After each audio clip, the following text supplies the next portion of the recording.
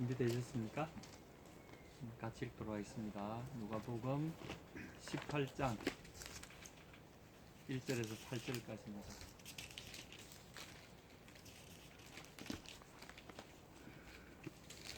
누가복음 누가 썼습니까? 누가 아재 개그로 시작을 하게 됩니다. 자, 우리 이모님.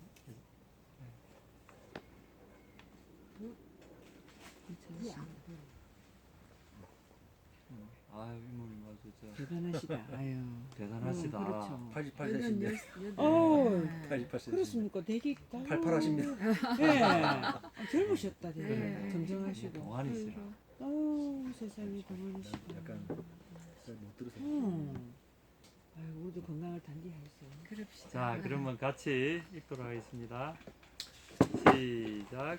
예수께서 그들에게 항상 기도하고 낙심하지 말아야 할 것을 비유로 말씀하여 주시되 어떤 도시에 하나님을 두려워하지 않고 사람을 무시하는 한 재판장이 있는데 그 도시에 한 과부가 있어 자주 그에게 가서 내 원수에 대한 나의 원한을 풀어주소 하되 그가 얼마 동안 듣지 아니하다가 후에 속으로 생각하되 내가 하나님을 두려워하지 않고 사람을 무시하나 이 과부가 나를 번거롭게 하니 내가 그 원한을 풀어주리라.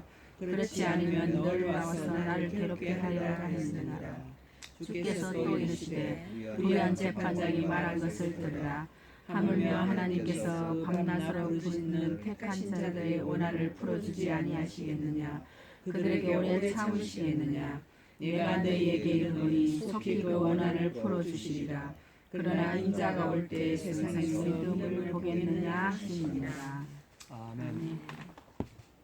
이 지금 말씀을 하신 때는 이제 예루살렘으로 거의 다 올라가신 그래서 주님의 마지막 그 고난의 주간이 눈앞에 다가온 그런 순간입니다. 어쩌면은 주님이 가장 그 제자들에게 남기고 싶으신 말씀들을 집중적으로 하시네요. 그래서 아마 이 시기의 말씀들을 보면 주님의 다시 오심에 대한 약속들이라든지 세상 마지막 때 일어날 일들이라든지 그런 예언들을 하시는 그때인데 오늘 이 말씀은 어쩌면 우리가 가장 잘 안다고 생각한 말씀일 수도 있고요. 또 어쩌면 우리가 가장 또 무심코 지나치는 그런 말씀일 수 있습니다. 근데 오늘 주님은 그 마지막 때를 생각하시고 내다보시면서 이 말씀을 우리에게 하신 것 같아요. 같이 한번 본문을 좀 보겠습니다. 어떤 비유를 드셨는데 주님은 항상 그 심오한 진리를 이야기하실 때 하늘나라의 어떤 원리나 이런 것들을 이야기하실 때는 우리가 알아듣기 쉽게 어떤 이야기식을 빌려서 하나의 예화를 들어서 이야기를 잘 하셨어요. 그래서 그게 아주 우리에게는 재미있게 들리고 동화처럼 들리는 경우가 많은데 오늘도 막 그런 짤막한 동화라면 동화 같은 단편을 우리에게 이야기해 주시면서 거기에 숨어있는 주님의 깊은 속내를 우리에게 전달하시고자 하시는 거죠. 그래서 이 교훈의 핵심은 뭔가 하면 1절에 나와 있습니다. 항상 기도해라. 그리고 절대 낙심하면 안 된다. 이 말씀이죠. 이게 기도는 여기서 암시하는 바가 뭘까요? 기도는 많은 난관을 만난다는 거죠. 될 것 같은 일은 아무것도 없어요. 사실은. 거의 다가 내가 기도해야 될 내용들을 보면 안 될 것 같은 거를 우리가 기도하잖아요. 될 것 같은 거는 기도 안 하잖아요. 내가 하고 말지. 내 속에 돈이 있으면 하고 말고 사고 말고 내 속에 돈이 없고 건강이 없고 능력이 없고 안 되는 환경에서 주님 해주세요. 대부분 그렇게 기도하잖아요. 그래서 우리에게 제일 기도에 있어서 잊지 말아야 될 것은 낙심하지 말아라. 낙심한다는 말은 의지가 멈춘다는 뜻이죠. 마음이 떨어져 버린다. 다시 의욕이나 의지가 꺾여 버린다. 그만둬 버린다. 그런 뜻이죠. 우리 마음의 의지가 멈추면 모든 일들이 멈추지 않습니까? 그러니까 여기에는 뭐가 숨어 있습니까? 그럼 반드시 되니까. 그러나 방해가 있지만 반드시 된다. 그러니까 계속 밀어붙여라. 이게 첫 번째 주님이 이게 이제 문장 구조로 보면 이제 두 갈씩 그 문장이죠. 결론을 앞에다가 딱 내놓으십니다. 두 갈씩 문장입니다. 오늘 이 말씀을 우리에게 하시기 위해서 기도 한번 시작했다 하면 절대 멈추지 말고 계속 해라. 반드시 된다. 요 말씀을 하시려고 오늘 이 비유를 드시는 거죠. 이 비유가 좀 재밌습니다. 어떤 도시에 하나님을 두려워 아니하고 사람을 무시하는 한 재판관이 있다. 요새도 그렇지 않습니까? 유전무죄고 무전유죄잖아요. 이 재판관도 정의로운 재판관이 많이 없습니다. 많이 있는 것 같은데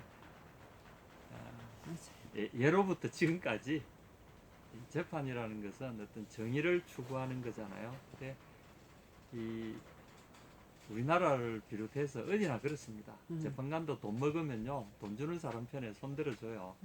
제가 있던 그 아프리카에서도 똑같이 그랬습니다. 겉으로는 막 이러면서 속으로는 다 변호사 통해 돈 받고 다 해놓고는 겉으로는 그리고 판결은 슬쩍 해가지고 돈 준 사람한테 유리하도록 슬쩍 해버리고. 이 사람도 그런 사람이라는 거죠. 이 사람들에게 애당초에 정의를 구현한다는 것은 그저 장식품에 불과하고 속내는 다 자기 이익을 추구하는 사람들이죠. 그게 바로 하나님을 두려워 아니하고 사람을 무시하는 재판관. 그래서 이것도 보면 세상에서 정의를 사실 기대하기 어렵다는 말씀이죠. 하나님을 두려워하지 아니하고 사람을 무시하는 재판관. 이 사람에게 무슨 정의를 기대하겠습니까? 이 사람들은 자기 이익이라는 신 외에는 아무것도 힘을 발휘하지 못하는 거죠. 어디나 그렇습니다. 다시 말해서 이것은 이 재판관에게 뭔가 정의를 기대한다는 것은 불가능하다는 전제를 깔고 말씀하시는 겁니다.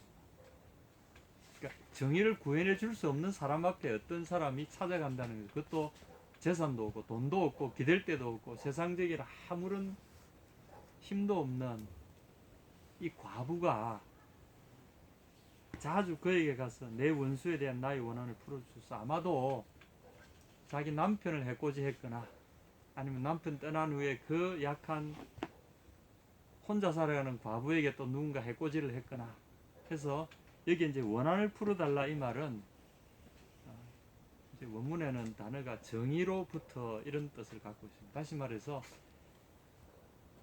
나의 정의를 회복시켜 주세요 이런 뜻입니다. 누군가가 나의 정의를 뺏어갔기 때문에 그 정의를 회복시켜 주세요. 그걸 이제 우리말로 하면 복수해 주세요 이런 말이 되죠. 또 좀 우리 성경에 나와 있는 자주 쓰는 말로 하면 신원해 주세요. 내 원한을 좀 풀어 주세요. 원한을 풀어 주세요. 복수해 주세요. 나의 빼앗긴 정의를 되찾게 해 주세요. 근데 힘을 가진 사람이 정의를 왜곡시키면요, 힘없는 사람은 정의를 회복할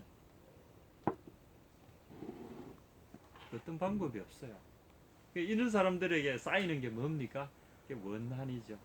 이 정의를 되돌리고 싶어하는 강렬한 욕망, 그것이 이제 엉어리 져가지고 그걸 우리는 원한이라고 그러죠. 원하지만 한계에 부딪혀서 그 원하는 것을 이루지 못하는 상태. 거기에 엉어리지면서 화병이 생기고 분노가 치밀고 그것이 계속 내 안에서 골마서 내 영혼을 좀먹는 거죠. 이 3절에 그 도시에 한 과부가 있어, 이 재판관의 관 아래 있는 한 과부가 있어서 원수 좀 갚아주세요. 이 억울한 일을 좀 풀어주세요. 몇 번 갔다는 거죠. 근데 이 이야기의 결론은 뻔하지 않겠어요? 되겠어요? 그게 안 되는 거지. 이게 안 되는 겁니다. 아무리 해도 이 하나님도 급도 안 내고 사람을 무시하는 이런 권력자들 앞에서는 그야말로 유전무죄가 되는 거죠.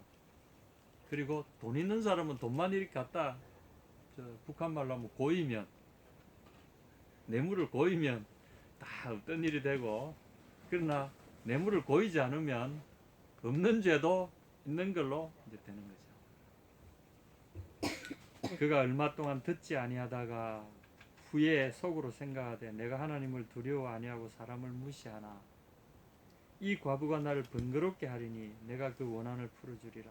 그렇지 않으면 늘 와서 나를 괴롭게 하리라. 이 사람이 생각을 바꿔 먹게 된 이유가 딱 하나 있어. 너무 괴롭힌다 이거야. 그렇다고 저 과부를 옥에 집어넣거나 또 이렇게 할 수도 없는 거고, 가만히 있으면 내가 그냥 무시하면 되겠는데, 처음에 몇 번 무시당하면 대부분이 와서 이래 하다가 막 속으로 이제 나쁜 놈하고는 그냥 안 올 텐데 좀 오지 말라고 계속 무시하고 이래 했는데, 이 과부는 좀 달라. 눈치도 코치도 없어. 막 그냥 계속 아이고 살려주이소. 아이고 왔다 하면 막 그냥 가는 법이 없어. 막 온 그냥 그 관청을 막 다 시끄럽게 만들고 막 그냥 울고 불고 막. 아니 그래서 그날 이 과부가 왔다 그러면 이제 막 도망가기 바쁜 거야. 가만 앉아 있을 수가 없는. 그 정도로 난동을 피우고 이 과부가 할 수 있는 거는 뭐겠어요? 우는 거죠. 울고 불고 자기 사정을 이야기하는 거죠. 정당하니까. 나으리 이거 좀 해결해 주이소. 안 그러면 우리가 어째 살아가란 말입니까? 나으리밖에 내한테 믿을 데가 없는데 어째 이렇게 무심하단 말입니까? 울고 불고 만나주지도 않고 말도 안 들어주는데 막 오는 날은 하여튼 그날 관청에 일이 안 돼. 제 추측에 아마 그렇게 괴롭게 했어요. 그러니까 야 오늘도 왔냐? 비서한테 물어볼 거 아닙니까? 오늘 저 과부 어딨냐? 과부가 집에 있다 그러면 이제 딱 출근해가지고 딱 직무를 하는데 과부 오늘 어디 갔노? 오늘 온답니다. 아이고 내가 없다 깨라. 이제 그런 상황이 된 거죠. 이 사람이 하는 말이 되게 코믹합니다. 내가 나를 번거롭게 하리니, 번거로운 정도가, 이 번거롭다는 말은 이제 코폰이라 그래서 나에게 뭔가를 끼칠 것이다, 뭔가 줄 것이다, 아주 괴로움을 선사할 것이다, 이렇게 말합니다. 이 여자는 왔다 하면 그냥 막 속을 뒤집어 놓고 간다. 그러니 내가 그 원한을 빨리 풀어줘야 되겠다. 만약 안 그러면 끝까지 와서, 참 재밌습니다. 늘 와서 그랬는데 이 번역은 늘이 아니고 텔로스라 그래서 끝까지입니다. 끝장을 본다는 뜻이죠. 여자는 보니까 끝장을 볼 것 같다. 내가 죽든지 지가 죽든지 끝장을 볼 것 같다. 끝까지 와가지고 그 다음에 뭐라 그러냐면 나를 괴롭게 하려라 정도가 아니라, 히포 피아제, 이 말이 굉장히 재미있습니다. 이게 이제 눈두덩이 밑을 팍 때린다 이런 뜻입니다. 이 말이 굉장히 재밌는 말인데, 눈두덩이 밑이 약하잖아요. 권투 선수들이 제일 멍이 많이 드는데 어딘지 아시죠? 요 톡 튀어나온 여기 광대뼈 위에 여기 그 눈하고 요 사이에 팍 때리면 번쩍합니다. 주먹을 치면 제일 많이 여기 얻어맞는 데거든.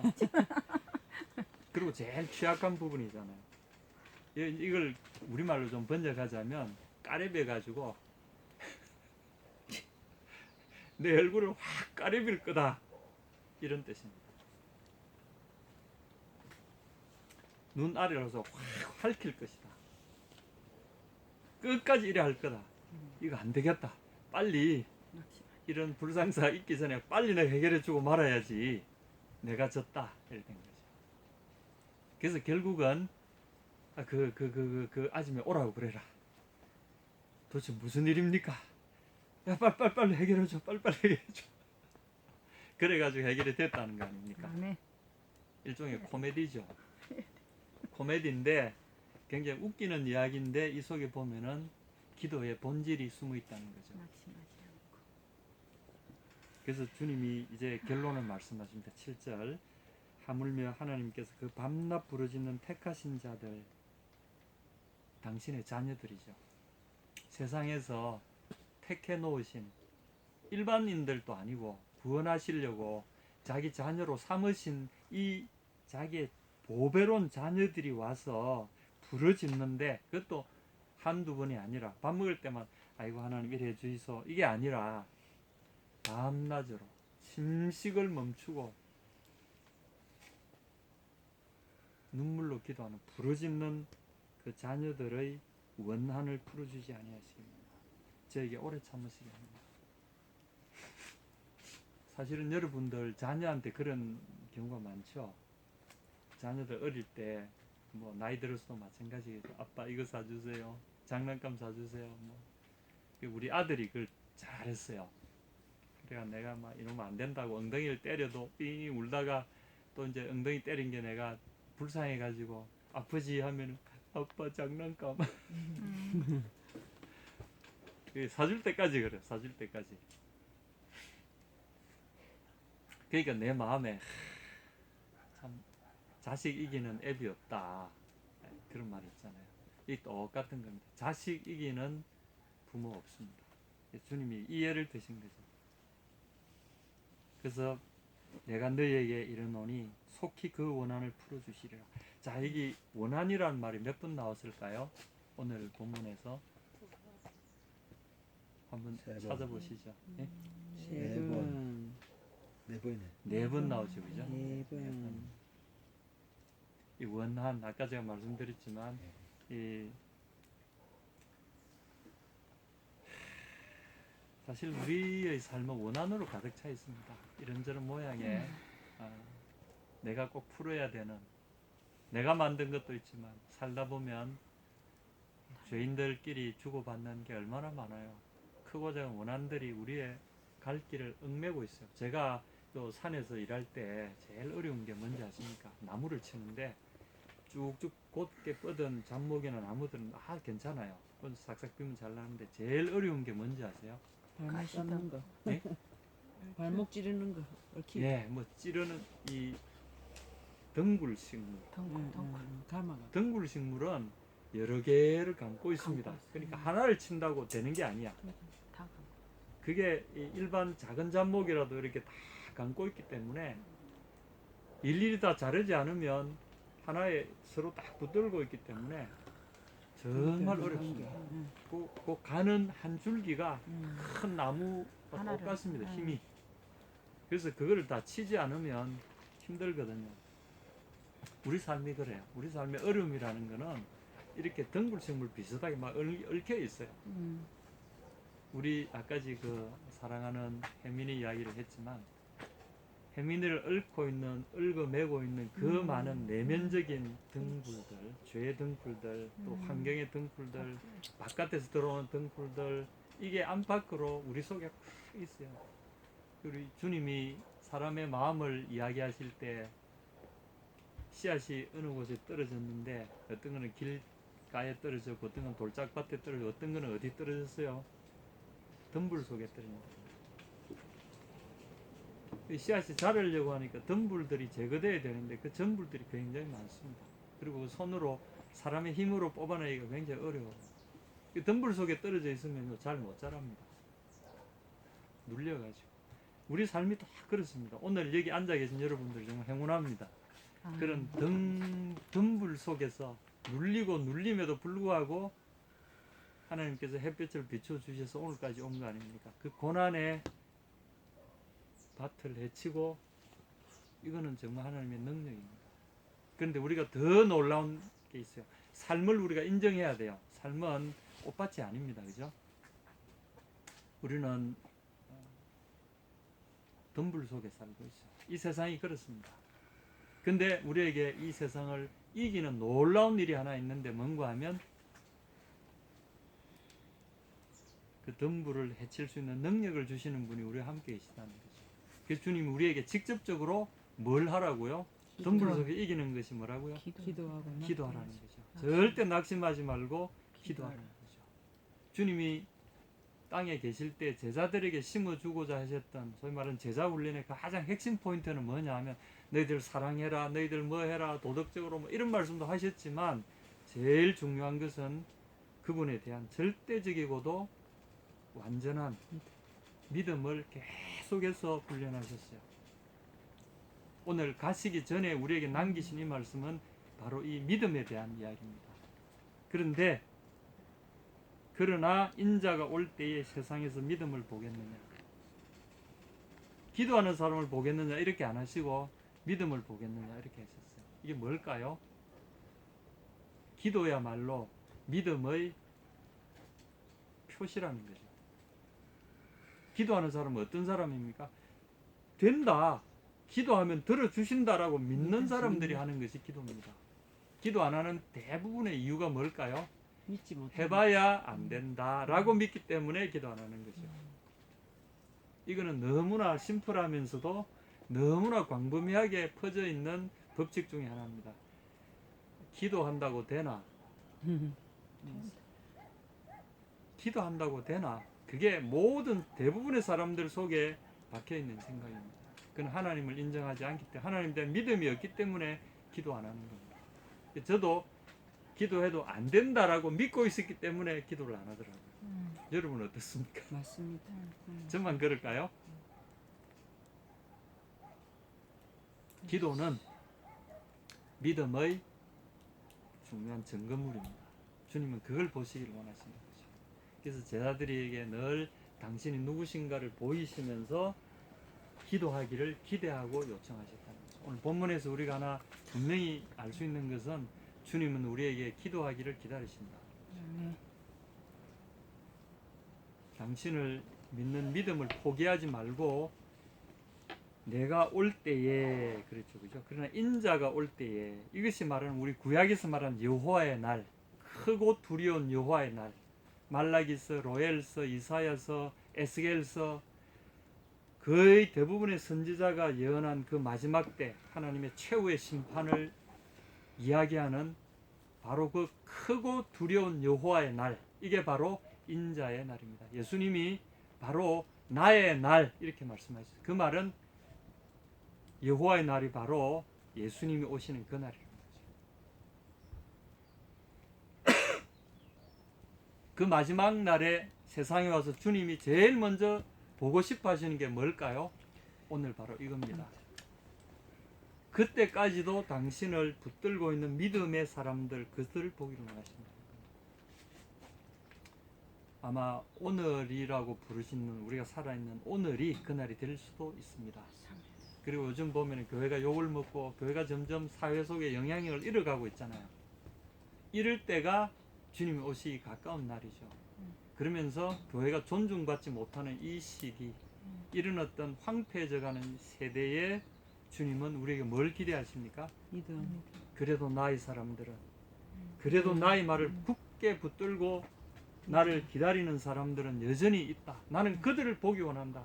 그들이야말로 나의 영광을 드러낼 자들이다.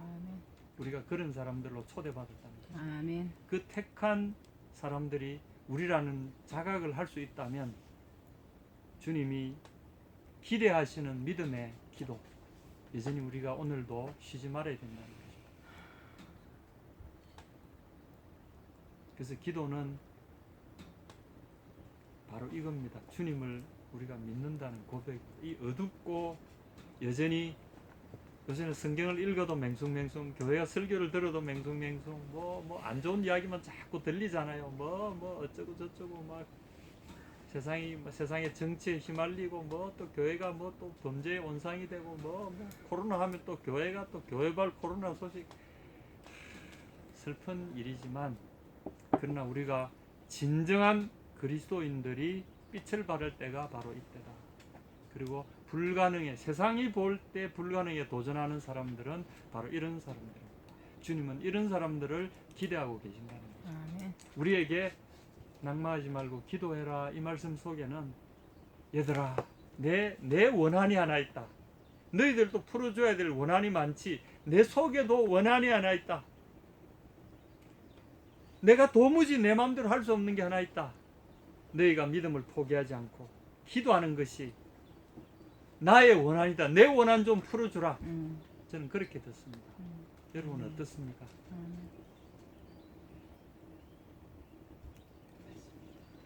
기적이 일어납니다. 아멘. 우리를 얽어매었던 가시덤불들이요 한순간에 위력을 잃어버리고 사라져버리는 권능이 믿음의 기도 속에 일어납니다. 예수님은 우리에게 이것을 원하신다는 거죠.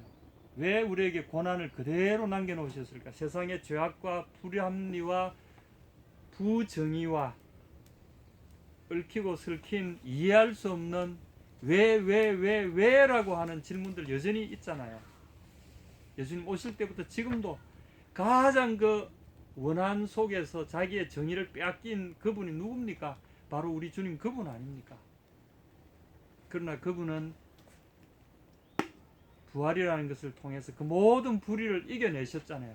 그리고 우리에게도 동일한 길을 초대하고 계신 겁니다. 여러분 낙심하지 맙시다. 기독교인들은요 불가능에 도전하는 사람들입니다. 왜냐하면 우리 주님이 불가능을 가능케 하신 기적의 하나님이시기 때문에 그렇습니다. 우리가 야훼로 고백하는 여호와 하나님으로 고백하는 그분이 바로 우리 주 예수 그리스도시라는 사실을 여러분 기억하셔야 될 겁니다. 우리가 성자 성부 성령의 삼위일체를 배우다 보니까 하나님 하면은 여호와 하나님은 아버지 하나님인가? 그게 아니라요. 여호와라 불리는 그분은 바로 성삼위 하나님을 가리키는 말입니다. 우리 예수님은 바로 그분이십니다. 그분이 우리에게 그토록 원하시는 일이 뭐냐면 당신을 믿어달라는 거죠. 오늘의 말씀의 결론은 바로 이겁니다. 여러분 속에 믿음이 있습니까? 저 목사 저 꼬라지 보기 싫어가지고 내가 교회 안 갑니다. 저 집사 꼬라지 보기 싫어, 저 장로 꼬라지 보기 싫어 안 갑니다. 그러시면 안 되고요. 주님을 그래서 우리가 주님을 보고 주님을 반사하는 사람들이 되면요, 주님을 몰랐던 사람들도 와, 저 집사님 보니까 내가 교회 가야 되겠다. 그 키가 뭡니까? 내가 그렇게 되려고 그게 아니라 주님 앞에 기도하면요, 저 사람한테는 기적이 따라다녀. 불가능한 일을 가능한 걸로 만들어내는 기적의 사람이야. 왠지 저 사람에게 끌려 세상 사람들이 우리의 빛을 보고 나온다는 거죠. 인자가 올 때 세상에서 믿음을 보겠느냐? 우리 이렇게 고백합시다. 주님, 제가 해볼게요. 그렇게 고백합시다. 아멘. 여러분 같이 하십시다. 우리가 이 작은 믿음의 식구들 속에서 그 일을 우리가 시작합시다. 주님, 우리가 해볼게요. 우리가 주님을 믿어볼게요. 기도해볼게요. 우리를 도와주세요. 그렇게 합시다. 아멘. 주님을 찬양합니다. 아멘. 끝까지 낙심하지 말고 전진합시다. 아멘. 아멘.